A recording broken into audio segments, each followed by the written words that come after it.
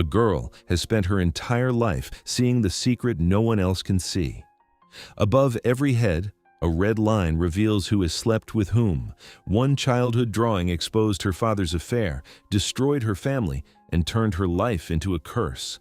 Now, someone else has found a way to spread that curse to the entire world.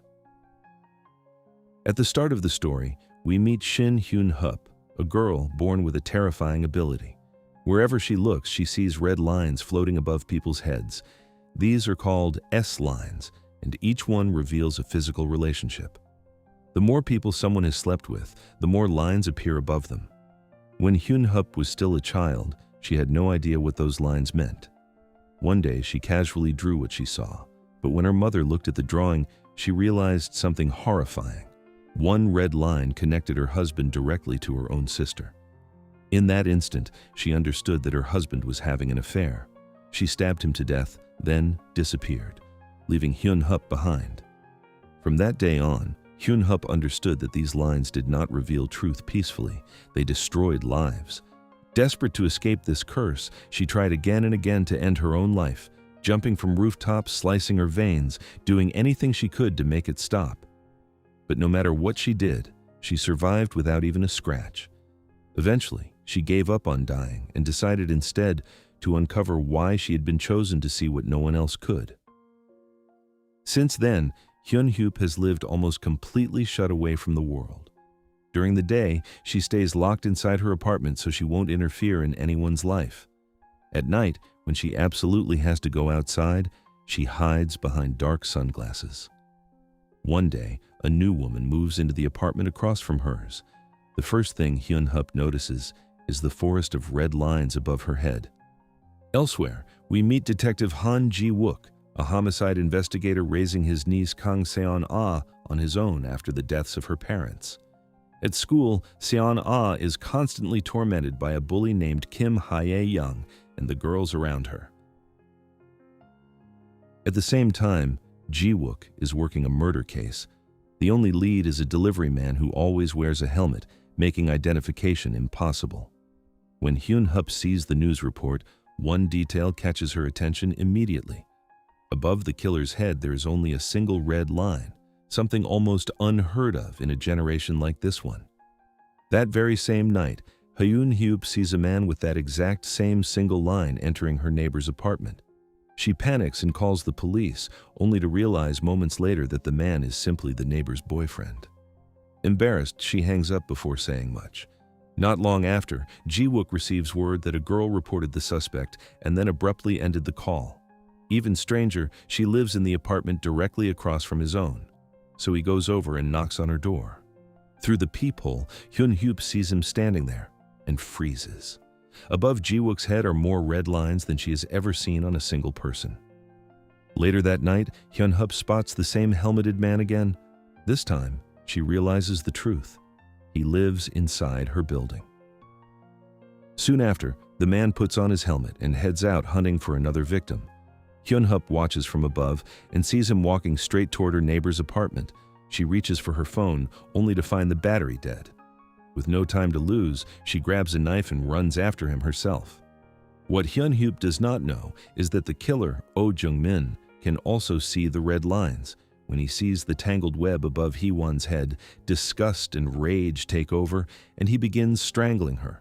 Hyun-hup bursts in to stop him, only to discover that the killer is the same boyfriend she had seen before. The shock paralyzes her. Before she can act, he tears the knife from her hand and stabs her with it.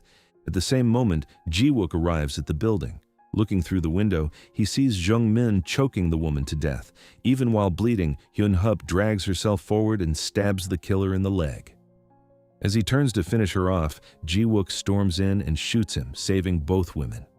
Later, Ji-wook returns Hyun-hup's sunglasses. The moment she looks at them, a thought hits her. Maybe Jung-min could see the lines because of the glasses. That night, Ji-wook checks on Seon-ah. Just before he leaves, she unexpectedly asks him about Hyun-hup. Ji-wook is surprised that she even knows her. Seon-ah explains that Hyun-hup once attended the same school and that everyone knows the story. Her mother killed her father and vanished, leaving her completely alone. Meanwhile, Hyun-hup makes a choice. If she cannot escape her power, then she will use it to protect people. But when she removes her glasses, she sees something even worse, red lines now stretching all across the city. Then a message appears on her phone from an unknown number. I can see the world the way you do. If you want answers, come to the high school. The next day, Siana finds a pair of strange glasses inside her locker. She takes them home, puts them on, and stares at herself in the mirror. For the first time, she sees a red line above her own head. Then Jiwook comes home. Siana runs to him, and the moment she sees the countless lines above his head, she screams and bolts out of the house. Outside, as she looks around at strangers, the meaning of the lines slowly becomes obvious to her. At school the next day, Seon-ah is almost exhilarated. She can now see everyone's secrets.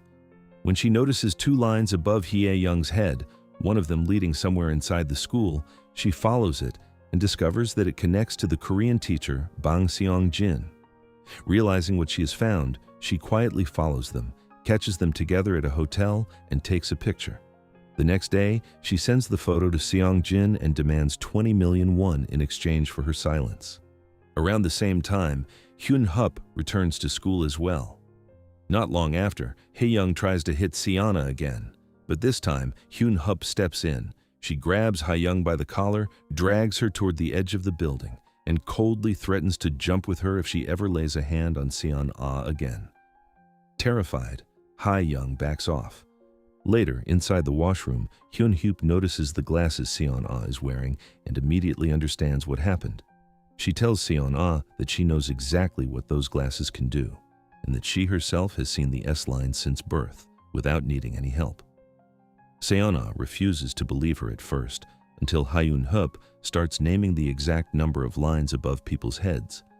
Hyun-hup warns her that the glasses are dangerous and begs her to hand them over. Seon-ah snatches them back and refuses. On the way home, Hyun-hup tries to explain what these lines did to her family and why they ruin everyone they touch, but Seon-ah is too far gone already. She listens, but none of it reaches her. That night, Seong-jin receives a message from his wife. She has seen the photo. Furious and cornered, he calls Seon-ah to the school rooftop, claiming he has the money ready. What Seon-ah doesn't know is that Hye-young overheard enough to understand what was happening, and stole the glasses from Seon-ah's bag before she got there. On the rooftop, Seong-jin explodes, accusing Seon-ah of sending the picture to his wife. Seon-ah insists that she never did. At the same moment, Hyun-hup races toward the school. Then she sees someone falling from above. She looks at the red line over the body and realizes, in horror, that it is Seon-ah. Hyun-hup rushes her to the hospital. Seon-ah is still alive and is immediately taken into surgery. When Jiwook arrives, he demands to know why Hyun-hup was there so late at night. She explains that Seon-ah had called her, and she feared something was wrong. Seon-ah survives, but falls into a coma.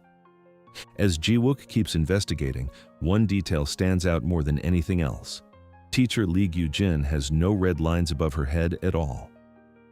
Later, Jiwook drives Hyun-hup home from school and asks why she still hasn't visited Seona in the hospital.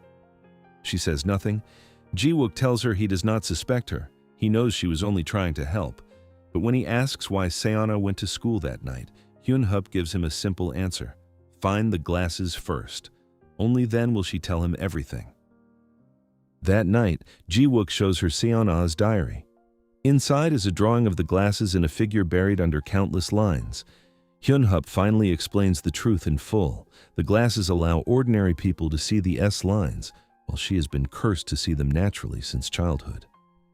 Jiwook still struggles to accept it, but one fact is impossible to ignore. Those glasses have appeared around every case he has touched. He wonders whether someone took Seon-ah's glasses before throwing her from the roof. Hyun-hup tells him that it is possible, but Seon-ah had made many enemies.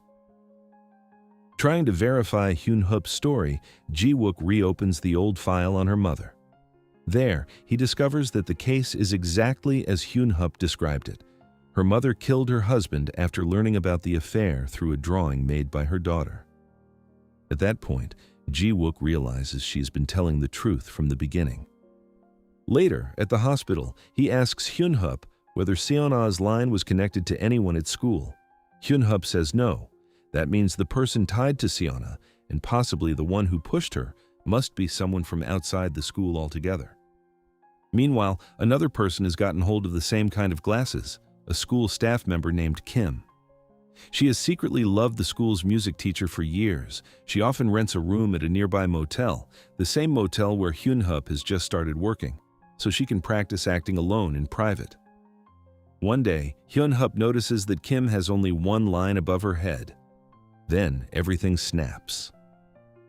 Kim arrives at the motel and sees the music teacher inside a room with another woman. The sight completely destroys her. She waits and watches. Days later, when the woman returns alone, Kim attacks her, steals her clothes, and enters the room herself. By then, her mind is gone. The teacher tries to escape, but Kim strikes him in the head from behind and kills him. Realizing what she has done, she goes into the bathroom and takes her own life. A little later, Hyun-Hup discovers the woman Kim had tied up and immediately calls the police. Ji-wook arrives, removes the bodies, and searches the room for the glasses, but comes up empty. Only later does he realize he never checked the bathtub. When he drains it, the glasses are lying at the bottom. For the first time, Ji-wook puts them on himself and looks into a mirror. What he sees above his own head leaves him speechless. Back at the hospital, he stares at the single line above Seon-ah and is crushed by guilt. She had been reaching for him all her life, and he had never once truly seen her. If you're enjoying this recap so far, drop a like and subscribe. It really helps the channel, and this story is only getting darker from here. The next day is Hyun-Hup's birthday.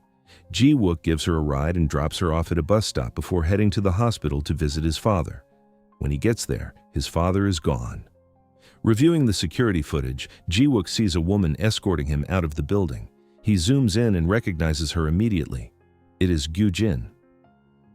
Then his phone buzzes with an anonymous photo of Seona. Terrified, he runs back to her room and is relieved to find her still there. But moments later, the red line above Seona begins to shift. Someone connected to her is getting closer. Ji-wook draws his gun toward the entrance. Then, his father walks in. The line leads straight to him. In one crushing instant, Ji-wook understands everything. What his father did to Seon-ah, how long she had been carrying that trauma, and how completely he failed to protect her. For a moment, he wants to shoot him dead, but he cannot do it. Instead, he collapses under the weight of it all and breaks down in tears. At the very same time, Hyun-Hup sits alone somewhere, covered in blood and crying. She calls Ji-wook and says she needs him immediately.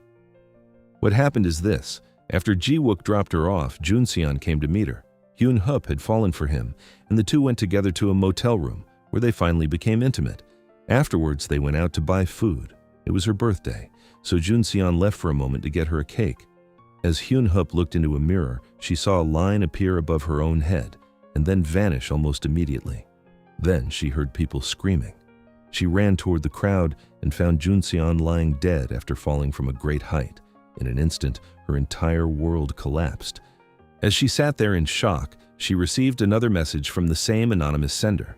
This time, it was a video of Yoon-jina tied up inside the school. She called Ji-wook at once. Together, they rush to the school and eventually find Gina bound inside a classroom. Hyun-Hup tears the tape from her mouth, but Gina remembers nothing.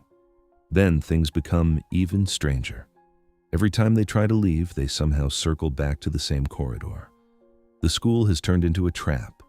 Ji-wook makes his way to the rooftop and suddenly crosses into another world entirely. A warped space filled with people devoted to Gyu-jin, all of them wearing or having received the S-line glasses from her. Gyu-jin appears before them. Countless red lines cover her head, though she normally hides them with her own power.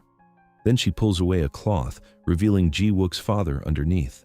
She intends to kill him for what he did to a young girl, something unforgivable. Ji-wook empties his gun into her, but the bullets do nothing.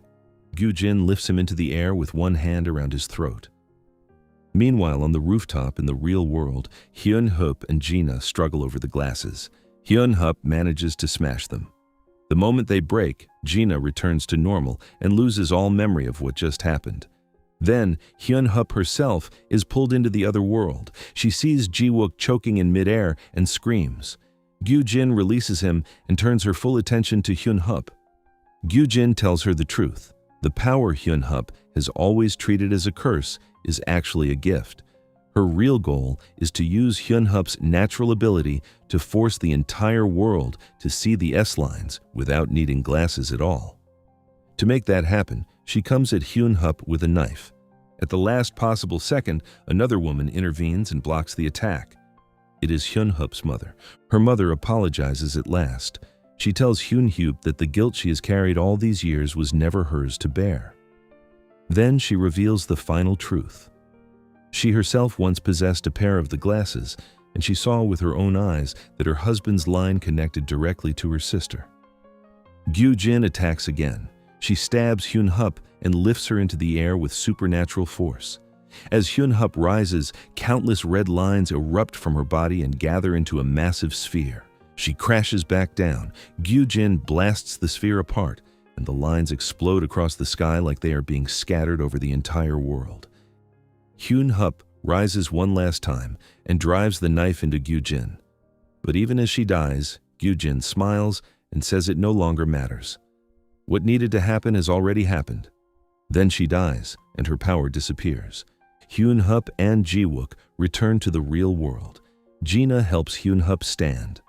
But above them, the sky is now covered in red lines. The curse has spread. Everyone can see them now. 1 year later, Hyun-hup explains how much the world has changed. People have started wearing helmets just to hide themselves from judgment. Seon-ah has recovered. Ji-wook comes to pick her up from school, but she sharply reminds him that she told him not to come. In the final scene, Hyun-hup visits Junseon's grave and leaves his jacket there. Then she hears a voice. No one is standing nearby. And then Gyu-jin appears beside her and whispers in her ear. She is still alive.